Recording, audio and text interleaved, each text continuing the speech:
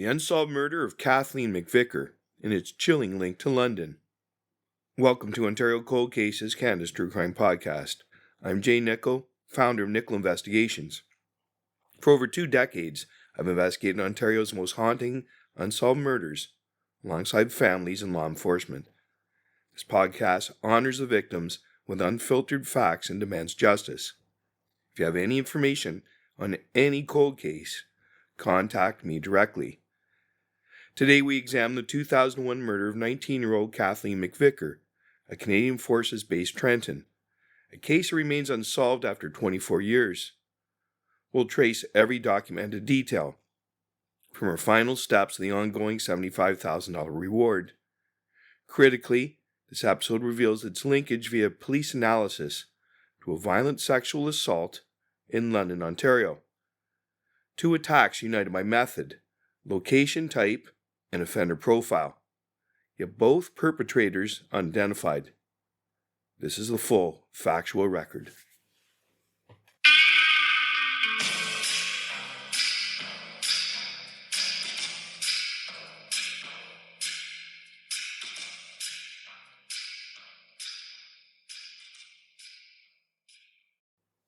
Section 1. Who was Kathleen MacVicar? Kathleen MacVicar was a 19-year-old from Glace Bay, Nova Scotia. Those who knew her described her as bright, vivacious, warm, funny, and always quick with a joke.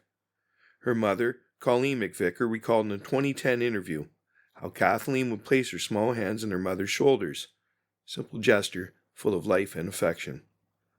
In June 2001, Kathleen was living temporarily with her aunt and uncle in the military married quarters at Canadian Forces based Trenton, Ontario.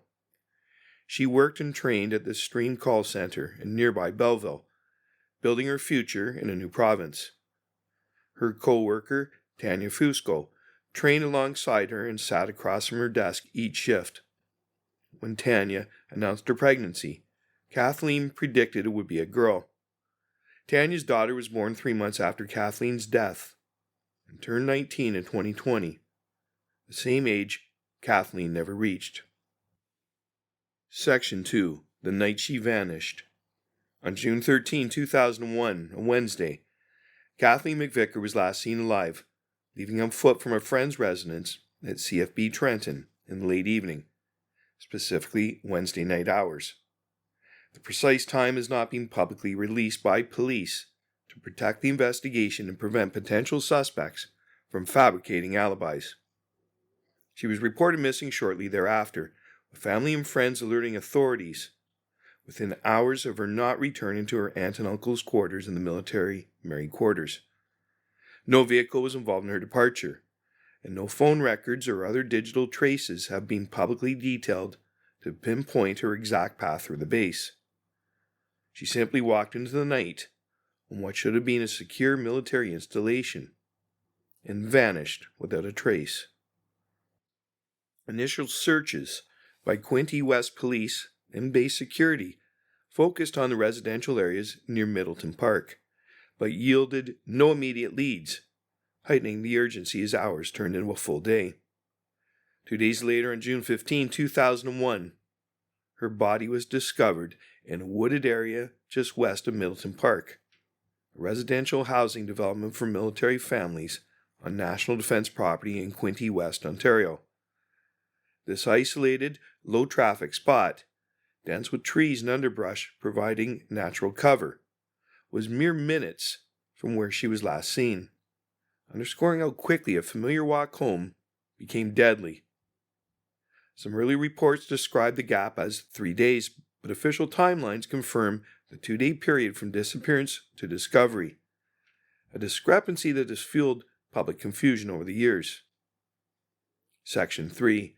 The brutal crime and immediate aftermath. An autopsy performed over the weekend of June 16th and 17th, 2001, confirmed Kathleen had been sexually assaulted, suffered multiple fatal stab wounds to her upper body and neck. Inspector Bob Balier of the Trenton Area Police, now part of Quinte West Police Service, described the attack in June 2001 as brutal and vicious, stating publicly, MacVicar suffered multiple stab wounds and was sexually assaulted. He emphasized the ferocity, noting it was a stranger-on-stranger assault in an opportunistic setting, with no signs of prolonged struggle that might indicate she knew her attacker. The type of weapon, a sharp-edged knife, was not publicly disclosed to avoid aiding copycats or false confessions, and no recovery of the knife or other physical evidence, such as clothing fibers or footprints, has been announced. Specific forensic details such as potential DNA from the assault or blood spatter and patterns remain withheld to safeguard the case and allow for future matches against emerging profiles. On June 20, 2001, just 5 days after the discovery, initial media reports from CBC and local outlets detailed the cause of death and sexual assault, marking the first broad public disclosure. Police stated there were no suspects and appealed for witnesses from the Trenton area who might have seen suspicious activity around June 13, including unfamiliar vehicles near the base gates, individuals lurking in residential zones, or unusual noises in the wooded areas after dark. Respectability urged anyone in the Trenton area who may have seen what happened speak up, highlighting the base's semi-secure perimeter as both a potential witness pool and a barrier to outsiders. Kathleen's funeral was held on June 22, 2001, in Glace Bay, Nova Scotia, drawing mourners who remembered her laughter amid profound grief. Her mother, Colleen, buried her only daughter under a cloud of unanswered questions. At that point, the investigation was in its rawest form, led by Quinte West Police with no named persons of interest, transitioning quickly to OPP oversight as the case's complexity emerged.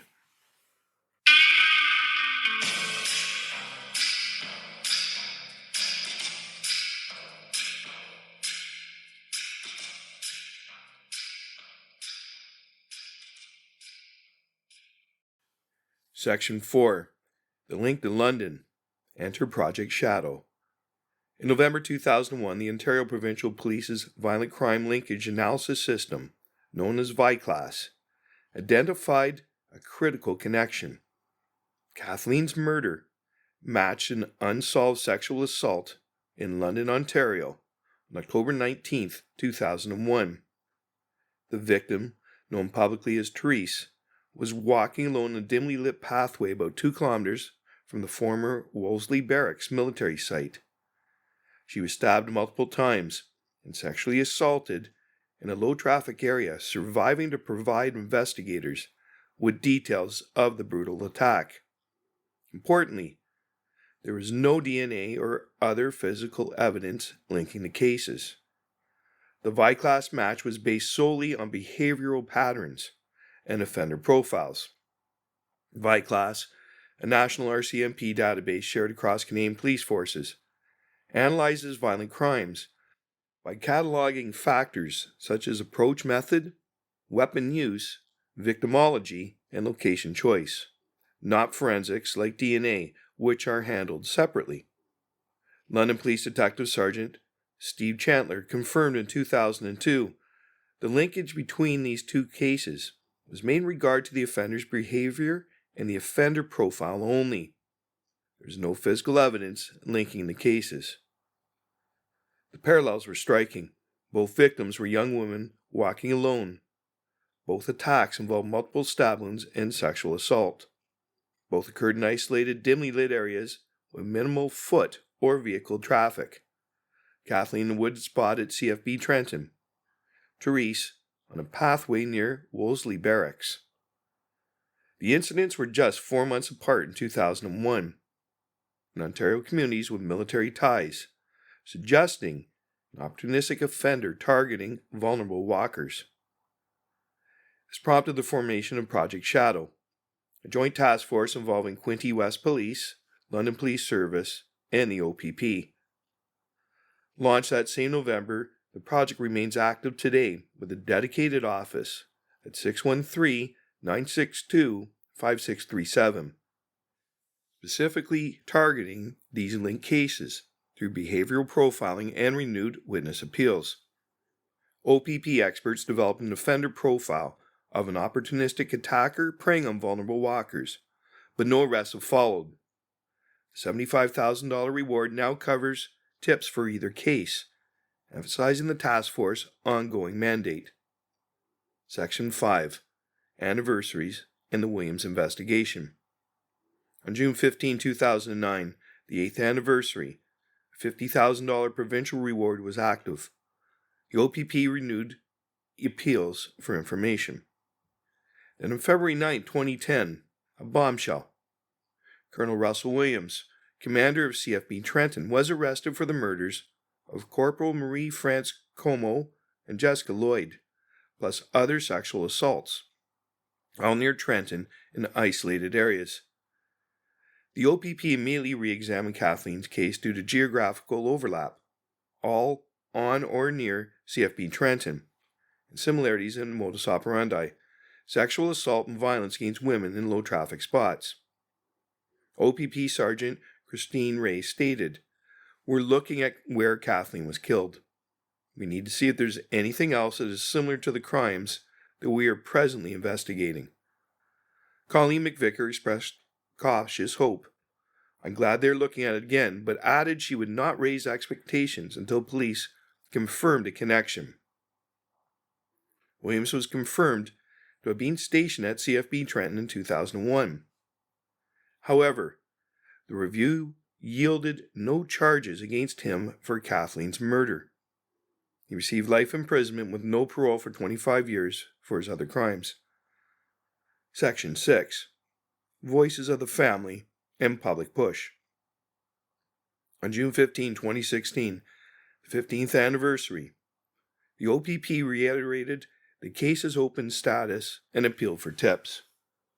The 19th anniversary, June 13th and 14th, 2020, brought renewed media focus. Tanya Fusco stated, "When I speak about Kathleen, some are under the impression that her murder was solved due to the highly publicized conviction of another murderer and rapist connected to Trenton," she added. "As my daughter turns 19 this year, think about Kathleen and what was taken from her and from those who loved her, and call for increased media coverage to remind the public the case remains unsolved." A dedicated Facebook page, Justice for Kathleen, Gone But Not Forgotten, maintains awareness with over 670 likes as of archived records. Kathleen MacVicar has consistently described the loss as devastating, emphasizing Kathleen's joyful personality. Section 7. The investigation today. Key facts and dead ends. As of October 2025, no arrests or convictions have been made, and the case remains classified as a cold case under active investigation by the OPP's Criminal Investigation Branch, with Quinte West Police Service involvement and ongoing support from Project Shadow. While OPP's public cold case portal listed as open and unsolved, with no new breakthroughs announced since the 2020 reward increase, the file is periodically reviewed for advancements in behavioral analysis and witness re-interviews. Project Shadow continues to analyze linkages to the London assault, focusing on shared offender signatures rather than forensics. Key investigative facts. Location exploited.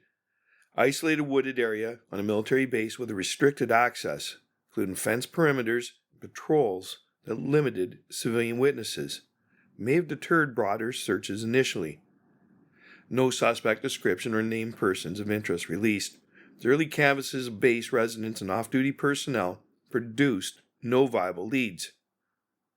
Appeals target. Witnesses in Trenton on June 13, 2001 saw suspicious vehicles near base entrances, footsteps in residential paths after dark, or strangers in the Middleton Park vicinity, tips that have dwindled over time. Forensics. Details locked to identify the perpetrator, including any trace evidence from the autopsy, example, potential DNA or fibers, which is not yet yielded, matches despite submissions to national databases. Degradation from 24 years in storage poses ongoing challenges for retesting. The Williams Review. Confirms similarities, but no evidentiary link, closing that avenue without charges. The case's persistence stems from its serial indicators. ViCLAS does not flag connections lightly, yet time-based security protocols have restricted initial tip flow, and lack of new forensic technologies applied post-2020 have created significant dead ends. No major leads have emerged in the past 5 years, leaving the $75,000 reward as the primary tool for revival.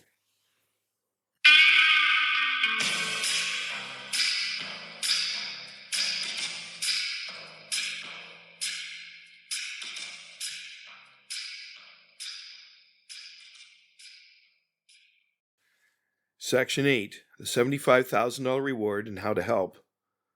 A standing reward of $75,000 is offered by the government of the province of Ontario, in the city of Quinte West, for information leading directly to the arrest and conviction of the person or persons responsible. This is an increase from $50,000 in 2009. The reward may be appointed at the discretion of the Minister of Community Safety and Correctional Services and the OPP Commissioner. Anonymous tips are accepted. Submit information immediately to OPP Criminal Investigation Branch at 1-310-1122 or 705-329-6111. Project Shadow Office at 613-962-5637. The nearest police detachment or Crime Stoppers at 1-800-222-TIPS or 8477. The OPP's official statement. Any person having information regarding the person or persons responsible for this murder should immediately contact.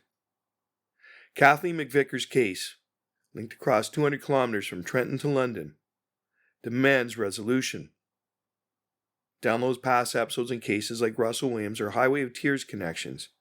Subscribe, rate 5 stars, and share. Because every case deserves answers, and every victim deserves justice. Subscribe now to Ontario Cold Cases, Canada's true crime podcast. Episodes available wherever you get your podcasts.